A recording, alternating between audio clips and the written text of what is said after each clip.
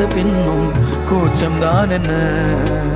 காற்றில் பறக்கும் காத்தாடி நானே 8 வயதாய் கூத்தாடினேனே.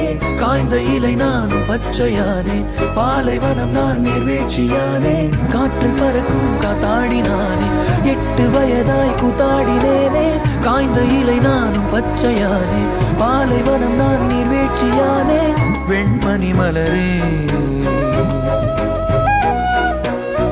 உன் இருவிழியா. எப்படி வந்த? பைக்ல. நீ? கார்ல. அப்ப நான் ஃபாலோ பண்ணட்டுமா? பைக்லயே போலாமே.